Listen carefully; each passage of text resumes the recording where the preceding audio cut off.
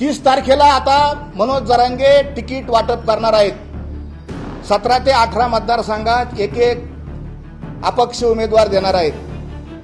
कोणाचा फायदा होणार याच्यातून? कुणी सांगितलं तुम्हाला एक एक उमेदवार द्या? या माणसाला राजकारणातलं कायद्यातलं काही कळत नाही, काडीची अक्कल नाही, हे मागच्याच वेळेस म्हटलो. आणि त्यांनी माझ्यावर डिफॉर्मेशनची केस करावा.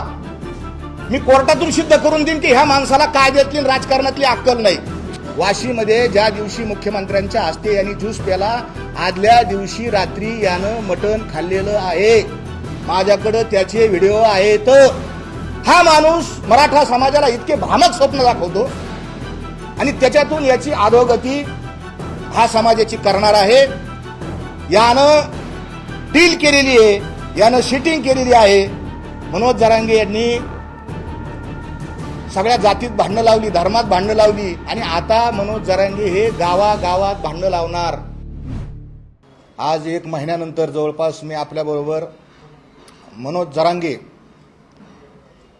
यांनी मराठा आरक्षणाचं जे आंदोलन आहे ते आरक्षणाच्या मुद्द्यापासून राजकारणापर्यंत कसं भरकटवलं, जाणीवपूर्वक भरकटवलं आणि त्याच्यामुळं मराठा समाजाचं भयानक नुकसान झालं, आतोनात नुकसान झालेलं आहे. आणि म्हणून या मुद्द्यावर मी बोलण्याकरता आलो आहे. मी मराठा आहे. 2006 सालापासून मराठा आरक्षण आणि इतर शेतकऱ्यांच्या मुद्द्यावर लढाई लढतो. मी मराठा समाजाच्या विरोधात नाही, आरक्षणाच्या विरोधात नाही. जरांगे आणि त्यांच्या सगळ्या बगलबच्च्यांनी माझ्या विरोधात, हा माणूस मराठा समाजाच्या विरोधात आहे असा जो भ्रम पसरवला, धमक्या दिल्या, घरी माणसं पाठवली, इथं मुंबईत मला मारण्याकरता माणसं पाठवली. मी त्याच्यामुळे शांत नाही बसलो. समाजातील जी विवेकी माणसं होती ती म्हटली, महाराज तुम्ही 1 महिनाभर काही दिवस शांत राहा, यांना यांच्या पद्धतीने आंदोलन करू द्या, तुम्ही तुमच्या पद्धतीने करा. म्हणून मी 1 महिनाभर शांत राहिलो. मराठा समाजाला आरक्षण मिळण्याची लढाई, कायदेशीर लढाई मी तेव्हापासून आजपर्यंत लढत आहे आणि ती लढत राहणार आहे. आणि लवकरच आम्ही ज्या कायदेशीर पद्धतीनं मराठा समाजाला आरक्षण मिळणार त्याच्यासाठी लवकरच यश येणार आहे, ते मिळेल. मी सातत्यानं जरांगे यांना प्रश्न विचारले, अद्याप पावेतो माझ्या प्रश्नाची उत्तरं जरांगे यांनी दिलं नाही. जरांगे यांना मराठा समाजाने नेतृत्व दिलं ते त्यांच्या पारदर्शकपणामुळे दिलं, त्यांच्यावर असलेल्या विश्वासामुळे दिलं की हा माणूस कधी फुटणार नाही, हा माणूस समाजाचं वाटोळं करणार नाही. परंतु जरांगे यांच्या सगळ्या काही त्यांनी केलेल्या कृती आहेत, घटना आहेत, त्याच्यामुळे यांची विश्वासार्हता नष्ट झालेली आहे. ओपन चर्चा करणार तुमच्या समोर असं जरांगेचं कायम स्टेटमेंट आहे. लोणावळ्यामध्ये, वाशीमध्ये जरांगेंनी बंद खोलीत, बंद दाराआड चर्चा केली आणि डील केली असा स्पष्ट त्याही वेळेस मी आरोप केला होता. जरांगे हे सारखं पलट्या मारतात. आरक्षण नाही दिलं तरी आझाद मैदानात जाणार आणि दिलं तरी गुलाल घ्यायला आझाद मैदानात जाणार असं जरांगे सांगत होते. जरांगे यांनी वाशीतून बंद दाराआड चर्चा करून पाठीमागे गेले. काय डील केली सांगावी? जरांगे यांनी उत्तर दिलं नाही. आणि नंतरच्या काळात आत्ता जो मी आपल्या समोर आलेलो आहे, जरांगे यांनी मराठवाड्यातल्या मराठ्यांना आरक्षण मिळावं, जे वंचित आहेत, जे गरीब आहेत त्यांना आरक्षण मिळावं यासाठी चालू असलेला जो लढा होता तो काही त्यांच्या एकट्याचा नव्हता, अनेकांचा लढा होता. आणि हा लढा त्यांनी आजच्या डेटला कसा राजकीय करून ठेवला आणि मराठा समाजाचं कसं नुकसान करून ठेवलं याचा बुरखा फाडण्यासाठी मी आलेलो आहे. जरांगे यांचे शब्द आपण नीट ऐकावेत. माझं मराठा समाजातील भावनिक भोळ्या लोकांना आव्हान आहे. काल जी मीटिंग झाली, निर्णायक मीटिंग होती परवा दिवशी, आणि या मीटिंगमध्ये जे सच्चे मराठे गेले होते त्या सच्च्या मराठ्यांनी मनोज जरांगे यांना निघताना शिव्या दिलेल्या आहेत. त्या शिव्या रेकॉर्डेड आहेत. आम्हाला इथं झक मारायला बोलवलं का, उन्हातानात बोलवलं का, अशा पद्धतीनं मराठा समाजाच्या लोकांनी त्यांच्यावर आग पाखड केलेली आहे. का केलं त्यांनी? का मराठा समाज त्यांच्यावर नाराज झाला? तर त्यांची जी पहिली भूमिका आहे, ज्या गोष्टीवर बोलण्यासाठी मी इथं आलो, मागच्या काही काळात 8-15 दिवसापूर्वी महाराष्ट्राचे माजी मुख्यमंत्री आणि नुकतेच भाजपामध्ये गेलेले राज्यसभेचे सदस्य झालेले अशोक चव्हाण हे रात्री उशिरा अंतरावली सराटी इथं गेले आणि त्यांनी मनोज जरांगे यांच्याबरोबर 1 तास चर्चा केली. दोघांनी नंतर पत्रकारांना मुलाखती दिल्या. जरांगे यांनी सांगितलं की मी बंद दाराच्या आड चर्चा करत नव्हतो, दरवाजा उघडा ठेवला. माझा स्पष्ट आरोप आहे की त्यांनी पत्रकारांना आत का येऊ दिलं नाही. तुम्ही ओपन करता चर्चा, तुम्ही पारदर्शक आहात. काय चर्चा केली? बरं, तुम्ही असं म्हणले मी फेस टाईमवर बोलतो, मी मुख्यमंत्र्यांसंग फेस टाईमवर बोललो, मी उपमुख्यमंत्र्यांसंग फेस टाईमवर बोललो आणि मोबाईल ठेवून आम्ही रेकॉर्डिंग केल्या मुख्यमंत्र्याच्या उपमुख्यमंत्र्याच्या. मग तुम्ही अशोक चव्हाण यांच्याबरोबर काय चर्चा केली याची तुम्ही रेकॉर्डिंग केली असेल, ती रेकॉर्डिंग समाजासमोर तुम्ही जाहीर करावी, व्हायरल करावी. जरांगे म्हणतात समाज माझा मायबाप आहे, मी समाजाच्या पुढे एक शब्द जात नाही, समाजाचंच मी ऐकतो, समाज मला सांगन तसं मी करतो. मग समाजानं निर्णय घेतला होता की प्रत्येक मतदारसंघामध्ये 1000 फॉर्म भरून ही निवडणूक ईव्हीएम वरून बॅलेट पेपरवर आणायची. हा जिल्हा पातळीवर प्रत्येक समाजाने निर्णय घेतला होता. मग हा निर्णय जरांगे यांनी कालच्या अंतरावली सराटी येथील मीटिंगमध्ये बदलला. का बदलला? समाज म्हणत होता असं करू, तुम्ही नाही बदलला. आणि का बदलला माहिती आहे का? तर हे जे माजी मुख्यमंत्री अशोक चव्हाण त्यांच्याकडे गेले, बंद खोलीत त्यांनी चर्चा केली आणि त्यांनी हा निर्णय डील करून बदललेला आहे असा माझा त्यांच्यावर आरोप आहे. काय डील केली तुम्ही? का निर्णय हा बदलला? मराठा समाज फॉर्म भरायला तयार होता, तुम्ही का बदलला? निर्णायक मीटिंग होती. काय निर्णय घेतला तुम्ही? खपाखपा मतदान करा. खपाखपा? कोणला खपाखपा मतदान करायचं? काहीच नाही. काही लोकांनी अक्षरशः ती मीटिंग उधळून लावलेली आहे. आपल्या सगळ्या मीडियावरती लोक उठले. जरांगे यांचं समाज आता ऐकत नाही. जे लोक तिथं लाभार्थी म्हणून गोळा झाले, ज्यांना काहीतरी फायदा राजकारणातला पाहिजे, ते लोक फक्त आज त्यांच्या पाठीमागे उभा आहेत. सगळा भोळा भाबडा माझा मराठा समाज हा जरांगे यांच्यापासून यांच्या सगळ्या कार्यपद्धतीवर नाराज होऊन त्यांना आता बोलत आहे.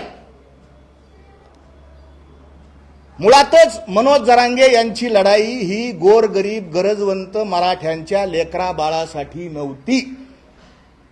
कोणासाठी जरांगे लढत होते? तर ज्यांना गावात ओबीसीच्या कोठ्यातून सरपंच व्हायचं होतं, ज्यांना ओबीसीच्या कोठ्यातून जिल्हा परिषद, पंचायत समिती, नगरसेवक व्हायचं होतं, अशा गावातल्या 4-10 लोकांसाठी मनोज जरांगे यांची लढाई होती. मनोज जरांगे यांची लढाई ही राजकीय होती, ही गरजवंत गरीब मराठ्यांच्या लेकरा बाळासाठी नव्हती आणि असणारही नाही. काल त्यांनी जे त्या मीटिंगमध्ये जाहीर केलं की आता प्रत्येक मतदारसंघात आम्ही एक मराठ्याचा उमेदवार देणार आणि तुम्ही गावोगाव जा आणि ते उमेदवार ठरवा, गावगाव मिटिंगा घ्या. ह्या मनोज जरांगेंनी मराठा समाजाचं एवढं अतोनात नुकसान केलंय. यांनी मराठा आणि ओबीसींच्या भांडणं लावलेत, मनात द्वेष तयार केला. हा द्वेष लवकर भरून येणार नाही. लायकी शब्द काढून बाबासाहेबांच्या अनुयायाला यांनी दुखवलं. आदिवासींच्या आरक्षणामध्ये नसताना डोकं घालून आदिवासींना यांनी दुखवलं. यांनी अनेक जाती, फडणवीसांची जात काढून त्यांनाही दुखवलं. शत्रू तयार करायचं काम हा माणूस करतोय. काय फायदा झाला? काय मिळालं? मराठा तरुणांवर गुन्हे दाखल झाले, हे आंदोलनाचं फलित आहे. काय मिळालं? द्वेष तयार झाला, गावागावात भांडणं लागले. पिठाच्या गिरणीवर सुद्धा लोक दळायला जात नाही. ह्या गिरणी ओबीसीची आहे ना, इकडे जायचं नाही, ही मराठ्याची गिरण आहे, इतक्या खालीपर्यंत हे विष पसरलं गेलेलं आहे. म्हणून मराठा समाज त्यानं चुकीच्या पद्धतीनं जाऊ नये यासाठी आम्ही या ठिकाणी एकत्र आलोय. 30 तारखेला आता मनोज जरांगे तिकीट वाटप करणार आहेत. 17 ते 18 मतदारसंघात एक एक अपक्ष उमेदवार देणार आहेत. कोणाचा फायदा होणार याच्यातून? कोणी सांगितलं तुम्हाला एक एक उमेदवार द्या? काय डील झाली तुमची? तुम्हाला अशोक चव्हाण साहेबांनी सांगितलं का तुम्ही एक एक उमेदवार द्या? मग त्या एक एक उमेदवाराच्या मागे मराठा समाज राहिला तर कोणाचा फायदा होतो? ही त्यांची पहिली डील. आणि आता त्यांची दुसरी डील चालू आहे अंधारात. महाविकास आघाडी संघ मी आता अपक्ष उमेदवार उभा करणार नाही, मी हे सगळे उमेदवार खाली बसवतो, अशी त्यांची चर्चा. आणि 30 तारखेला ते सांगणार की आता मी अपक्ष देणार नाही. हा फक्त माणूस हा डील करतोय. आणि हे सांगण्यासाठी आम्ही याच्याकडे आलो. 1000 फॉर्म भरा हा निर्णय त्यांचाच. ह्या माणसाकडे फॉर्म भरायचं मॅनेजमेंट नाही, कुठलंही नियोजन ह्या माणसाकडे नाही. काल एवढ्या मोठ्या संख्येत लोक तिथं आले, मांडव किती टाकावा याची सुद्धा ह्या माणसाला अक्कल नाही. अक्कल नाही. या माणसाला राजकारणातलं कायद्यातलं काही कळत नाही, काडीची अक्कल नाही. हे मागच्याच वेळेस म्हटलो. आणि त्यांनी माझ्यावर डिफॉर्मेशनची केस करावा. मी कोर्टातून सिद्ध करून देईन की ह्या माणसाला कायद्यातली राजकारणातली अक्कल नाही. कोर्टातून सिद्ध करून देईन. हा बेअक्कल माणूस आहे. आणि अशा बेअक्कल माणसाच्या बरोबर समाजानं जाता कामा नये म्हणून मी शेवटपर्यंत बोलत राहणार. याच्या आंदोलनाचा फायदा कुणाला? कुणाला फायदा? काही 4-2 लोकांना फायदा झाला. 2 वेळेस महाराष्ट्राच्या मुख्यमंत्र्यांनी उपोषण सोडलं. 2 वेळेस सोडलं. आणि हे उपोषण सोडलं. माझ्याकडे व्हिडिओ आहेत. मागच्या वेळेस सांगितलं मी पुराव्याशिवाय बोलणार नाही. वाशीमध्ये ज्या दिवशी मुख्यमंत्र्यांच्या हस्ते यांनी ज्यूस प्याला, आदल्या दिवशी रात्री यानं मटण खाल्लेलं आहे. माझ्याकडे त्याचे व्हिडिओ आहेत. जरांगे पाटील, कॅमेऱ्यापासून तुम्ही लपू शकत नाही. ज्या दिवशी तुम्ही सागर बांगल्यावर निघाले, तुम्ही तर म्हणले मी समाजाला विचारल्याशिवाय काही करत नाही. कोणाला विचारून सागर बांगल्यावर तुम्ही निघाले? कोणाला विचारून तुम्ही त्यांना शिव्या दिल्या? उपमुख्यमंत्र्याला मनानीच शिव्या दिल्या, मनानीच निघाले. तर निघाले तर भांबिरी गावात गेले आणि तिथं तुमचे महाराज आले. आमच्याकडे त्याचे सुद्धा रेकॉर्डिंग आणि फोटो आहेत. उपोषण दुसऱ्या दिवशी सोडलं ना तिथं आंतरवालीत, त्याच्या आदल्या दिवशी मनोज जरांगे यांनी जेवण केलेलं आहे. उपोषणामध्ये जेवण केलेलं आहे. महाराजांच्या विनंतीला मान ठेवून तुम्ही भाकरी खाल्ली. का फसवता? का लोकांना हे करता? 2दा मुख्यमंत्र्यांनी उपोषण सोडलं आणि तिसऱ्या वेळी तुम्ही कोणाच्या हाताने उपोषण सोडलं? ज्यांना तुम्ही आंबडचा भावी आमदार करण्याचा शब्द दिला अशा तुमच्या व्यक्तिगत मैत्रीतला तुम्ही उपोषण सोडलं.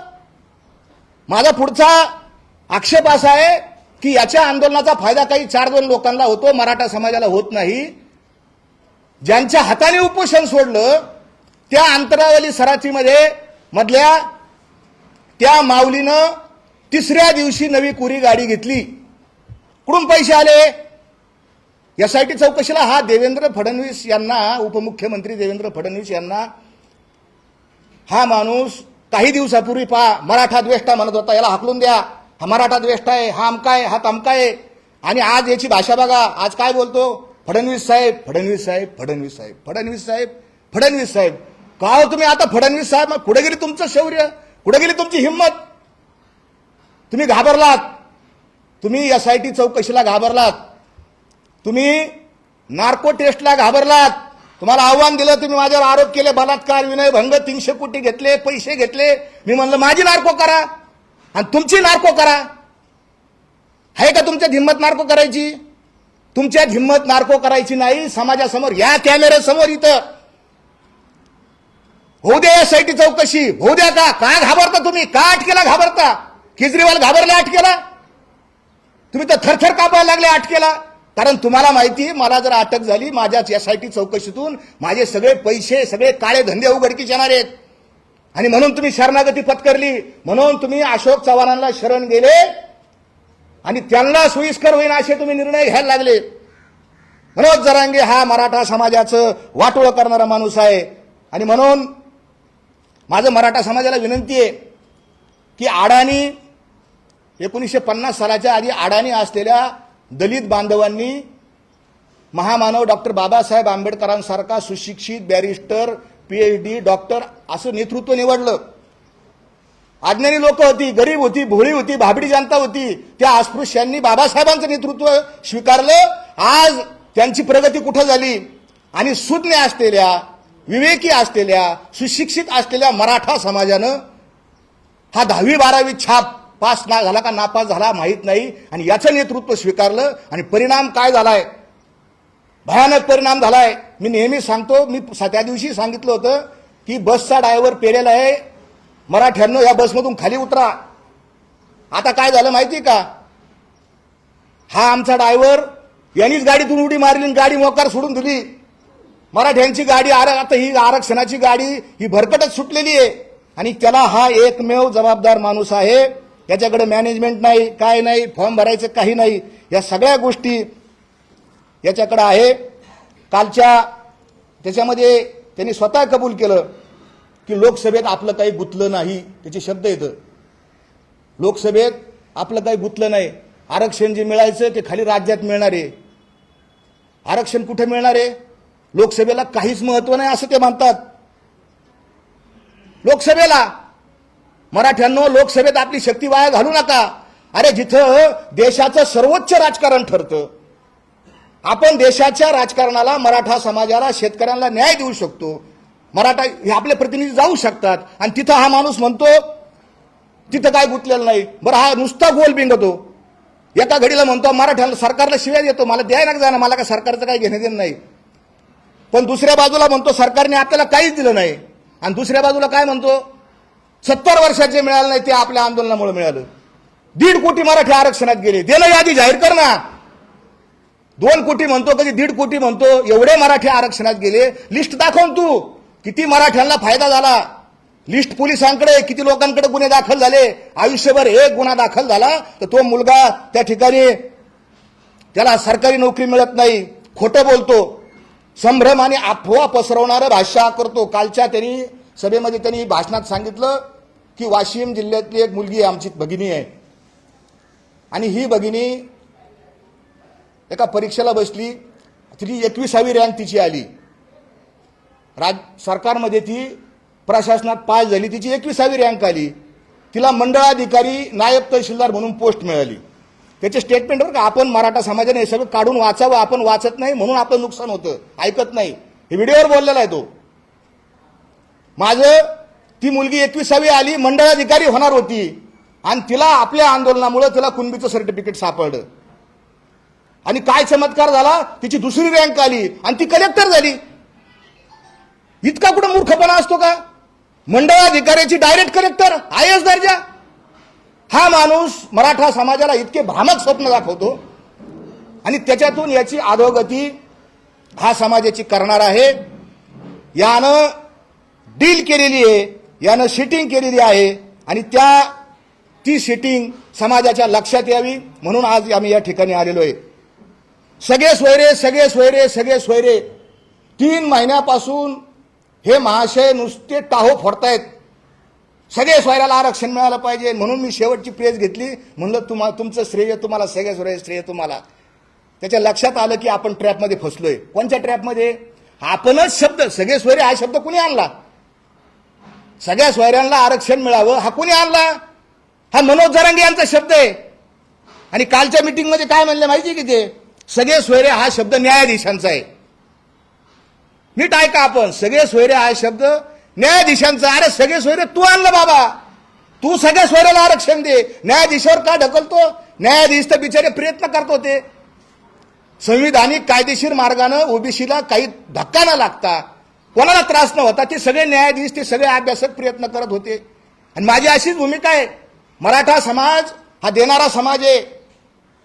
गोरगरिबाच्या ताटातली भाकरी खाण्याची पद्धत, संस्कृती ही मराठ्यांची नाही. गरिबाचं हिसकून घेण्याची संस्कृती ही मराठ्यांची नाही. हीच भूमिका समाजात गेली पाहिजे की मराठा समाज हा वेगळा आहे, सगळ्या गावगाड्याला बरोबर घेऊन जाणारा समाज आहे. यांनी समाज फोडला, तोडला आणि या समाजाचं यांनी वाटोळ केलेलं आहे. काय पडलं समाजाच्या हातात? यानं आंदोलन सुरू केल्यापासून 208 आत्महत्या झाल्या. कोण आहे जबाबदार आहे आत्महत्याला? कोण जबाबदार आहे? आरक्षण मिळालं का लगेच घरावर सोन्याचे पत्रे येणार आहेत का? यांनी असं सांगितलं का आरक्षण कुणबीचा कागद आला का लगेच नोकरी, आला कुणबीचा कागद का लगेच तलाठी, गेला पोलीसमध्ये का लगेच गेला आर्मीत? अरे इतकं सोपं आहे का? ज्यांना आरक्षण मिळालं त्यांचं 208 आत्महत्या झाल्या. अजूनही मुलं करतात. आमचं एक नातेवाईक आहे आष्टीमधला, शिरी गावातला, बीड जिल्ह्यातल्या, त्या तरुण पोरांनी आत्महत्या केली. घरचे ढाय मोकळून कोणी गेलं नाही तिथं. नातेवाईक गेले, काही गावातले 2-4 जण. कोण याला जबाबदार आहे? तर सगळ्या या समाजाला माझी विनंती आहे, भावनिक होऊ नका. हा काय म्हणतो कालच्या भाषणात, याच्या त्याच्या डोक्यावर हात ठेवायला शिका. याची स्टेटमेंट येतं कालच्या सभेत. तुम्हाला समजत नाही, डोक्यावर हात ठेवायला शिका. तू कोणाच्या डोक्यावर हात ठेवले? तू घडीत भाजपच्या डोक्यावर हात ठेवतो, घडीत बारामतीच्या डोक्यावर हात ठेवतो, घडीत त्याच्या डोक्यावर हात ठेवतो. कोणाकोणाचे तू कोणाच्या डोक्यावर हात ठेवले तू सांग आम्हाला.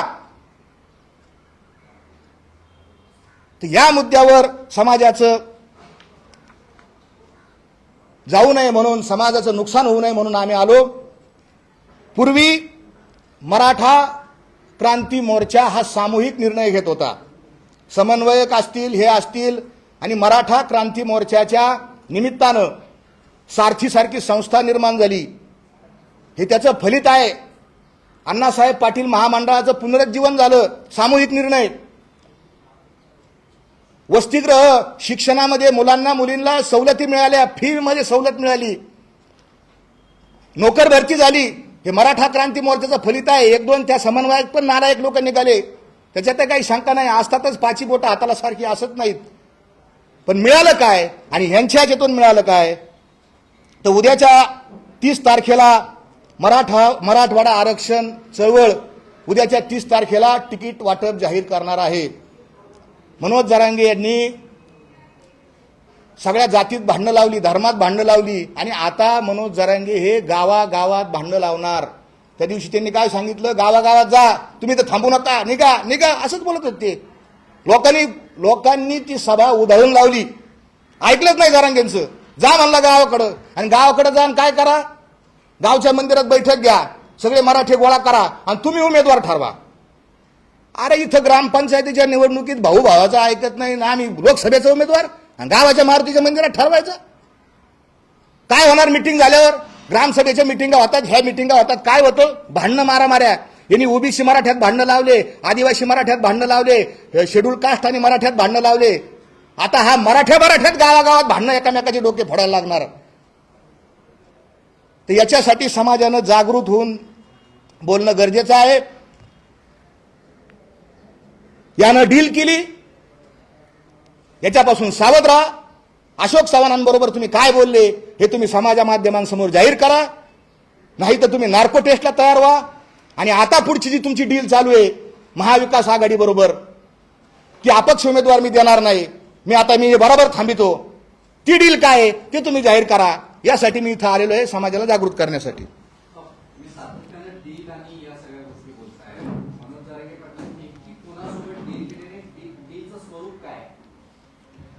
तेच तर मी म्हणतो ना की मनोज जरांगे यांनी अशोक चव्हाण जे महाराष्ट्राचे माजी मुख्यमंत्री आहे, खरं तर त्यांनी विचारायला पाहिजे होतं चव्हाण साहेबाला की तुम्ही मुख्यमंत्री असताना तुम्ही काय केलं बाबा मराठा समाजाच्या आरक्षणासाठी. ते त्यांनी विचारलं नाही. मागच्या महाविकास आघाडीच्या सरकारच्या काळात मराठ्यांचं आरक्षण जे सुप्रीम कोर्टात चालू होतं तिथं मंत्रिमंडळाची उपसमिती झाली आणि त्या उपसमितीचे अध्यक्ष अशोक चव्हाण होते. ते आरक्षण गेलं, ते टिकवता नाही आलं. मनोज जरांगे त्यांना जाब विचारायला पाहिजे होता, त्यांना जाब विचारला नाही. हे कशासाठी गेले ते चव्हाण साहेब? आधी म्हणले सरकार म्हणून आले, त्यांचे शब्द ऐका, आणि नंतर काय म्हणले ते की ते समाज म्हणून आलेत. मग इतके दिवस का म्हणून नाही आले समाज म्हणून? इतके दिवस आम्ही गुन्हे दाखल करून घेतले, लाठ्या काठ्या घेतल्या, मग इतके दिवस का समाज म्हणून आले नाही? आता सरकारमध्ये कसं काय गेल्यावर आले? आणि काय तुम्ही बोलले तुम्ही जाहीर करा ना. तुम्ही पारदर्शक आहेत ना. डील झाली जे म्हणतो ना मी, काय डील केली तुम्ही सांगा ना. 1000 फॉर्म भरायचे तुम्ही कॅन्सल केले. काय कशासाठी केले? काय ठरलं तुमचं? काय गुप्तगुकिरी तुम्ही दरवाजा उघडा ठेवला? त्यांनी बोलताना लय हुशार शातीर माणूस आहे, चतुर आहे जरांगी. बंद दाराआड, लोणावळ्यात बंद दाराआड चर्चा, वाशीत बंद दाराआड चर्चा. इथं अंतरावरीत त्यांनी काय केलं? दरवाजा उघडा ठेवला. पण तुम्हाला आतमध्ये येऊन दिलं का पत्रकार बंधूंना? ज्या मीडियाच्या जोरावर, मीडियाच्या ताकदीवर जरांगे हे मोठे झाले, त्या मीडियाला दाराच्या बाहेर ठेवलं नाही यांनी. ठेवलं का नाही साहेब? तुम्ही सांगा. का नाही तुम्ही आतमध्ये? का होऊ द्या ना चर्चा. चव्हाण साहेब इथं बसलेले, मनोज जरांगे इथं बसले, काय चर्चा झाली? डील झाली तुमच्या, डील. ती तुम्ही काय त्यांना त्यांच्यावर मी आरोप केलाय. काय स्वरूप आहे डीलचं? स्वरूप काय? कशाच्या संदर्भात? म्हणजे तुम्ही म्हणताय की 1000 फॉर्म बनणार होते, ते मागे येते आले, आता अशोकरावने भाजप सोबत आहे. डीलचं स्वरूप काय? डीलचं स्वरूप 2-3 मी फक्त लॉजिक लावतो. शक्यता जिथं पुरावा आहे ना, मी म्हणलं ना हा मटण खात होता, माझ्याकडे व्हिडिओ येतो, तिथे पुरावाची माझ्याकडे. काय डील झाली यांच्यात? का अशोक चव्हाण गेल्यानंतरच निर्णय बदलला ना? मग डील काय असू शकते? माझ्यावर जे गुन्हे दाखल केले, एसआयटी, माझी एसआयटी सॉफ्ट करा, असं असू शकतं. किंवा अजून काही देवाणघेवाण. डील काय होती हो? सौदा काय होतो? काहीतरी सौदाच होतो ना. एक तर तो वाचायचा सौदा असन, किंवा काहीतरी लेनदेन असन, यांनी जाहीर करावं त्यांनी. नाही तर त्यांनी नार्को करावी समोर, म्हणजे आपोआप जाहीर होईल. तिलगी कसा पोपटावाने बोलत होता तसं जाहीर होईल. तुम्ही मागच्या केसेसमध्ये 2 वेळा आरोप केले की त्यांच्या मेहुण्याला जेसीबी खरेदी केले, लाखो रुपये, कोट्यावधी रुपयांची तिथे देवाणघेवाण झाली. त्यावेळी सुद्धा पुरावे तुम्ही दिले नाही किंवा तशाबद्दल कुठलाही पुरावा तुम्ही मांडला नाही.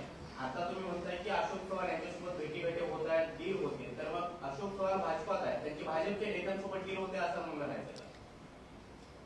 मागच्या वेळेस मी आरोप केले होते, त्या आरोपाचं त्यांनी खंडन केलेलं नाही. मुळात त्यांनी कुठलंही खंडन केलं नाही. या साईटीकडं त्याचे सगळे पुरावे गेलेले आहेत. कोणाच्या जो माणूस दुसऱ्या तिथं शेतामध्ये कामाला जातो, तो माणूस अचानक 1.25 कोटीचं कसं काय घेऊ शकतो? याचं संशोधन मी सांगितलं ना. कुणी असू द्या, ते संशोधन करा. अचानक जर मी उद्या जर हेलिकॉप्टर घेऊन हिंडायला, तुम्ही काय म्हणता? तुम्ही जर आरोप करताय तर ते आरोप पुराव्याचे असणं गरजेचं आहे. तुम्ही 2-3 वेळा पत्रकार परिषद घेताय, तर त्या पत्रकार परिषद मला जे दिसलं, आरोप करण्याच्या कोणाच्या नावावरती काढली झालं, कशा पद्धतीनं खरेदी झालं, जेव्हा आपण एखादा आरोप करतो त्याला आपल्याकडे काही पुरावे लागतात. तुम्ही काहीच कागदोपत्री मांडत नाही. ते कागदोपत्री तुमच्याकडे काय आहे? म्हणजे ज्या पद्धतीने तुम्ही जेसीबी आणि या सगळ्यांच्या कृतीचा उल्लेख करताय, त्याचे कागदोपत्र काय आहे? हे पहा, मला जे दिसलं डोळ्याला, माझ्या डोळ्याला दिसलं ते मी आपल्यासमोर मांडलं. कागदपत्राचा पुरावा शोधायचं काम हे पोलिसांचं आहे. आणि तिथंच त्यांची फसगत झाली. त्यांच्या लक्षात आलं की आता आपल्याला नमतं धोरण घ्यावं लागेल.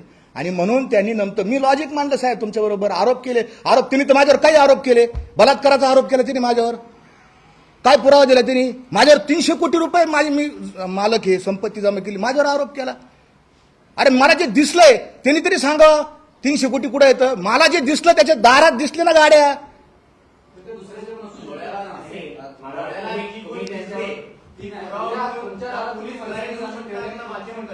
माझं म्हणणं आहे की पोलिसांनी त्याचा शोध घ्यावा आणि ती घेतायत शोध. बस. तुम्ही आज मटण खाल्ल्याचा आरोप केला, तर काही व्हिडिओ आज दाखवू शकता? तो एक पुरावा आहे म्हणतात तुम्ही. हा, त्यांनी इन्कार करा, मी दाखवतो.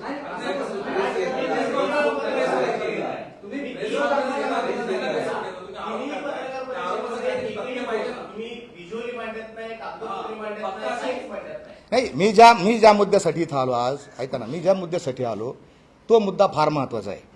आता त्याचा एक मुद्दा मी सांगतो. जे सकारात्मक मुद्दे येतं, मी आरोप केले, हे केलेच, याच्यात दुमत नाही, याच्यात काहीही संशय नाही. आणि मी त्याच्यापासून माघारी सुद्धा येणार नाही. तुम्ही जसं मला माझ्या माहितीप्रमाणे बाबा त्यांनी माझ्यावर आरोप केले, मी त्याच्यावर आरोप केले. आणि हे शोधायचं काम कोणाचं आहे? हे पोलिसांचं काम आहे. तुम्ही म्हणता पुरावे द्या. मी त्या ठिकाणी पुरावे तुम्हाला तो निश्चित मात्र व्हिडिओ मात्र व्हायरल करीन मी, मटण खाता असल्याचा. पण तो व्हिडिओ कधीचा आहे, कुठल्या वेळेचा आहे? आता काय होईल? आता मी जर म्हणलं तर लोक म्हणतील तो व्हिडिओ कधी मागचा तरी कधीचा आहे. व्हिडिओ आहे. नाही, एक मुद्दा जो आहे, महत्वाचा मुद्दा आहे की मराठा आरक्षणाची जी लढाई आहे, जरांगे पाटलांची सांगितली, ही कधी गुलाल घेणार, कधी विजय उत्सव करणार, तर ती त्यांचं स्टेटमेंट तुम्हाला मी वाचून दाखवतो.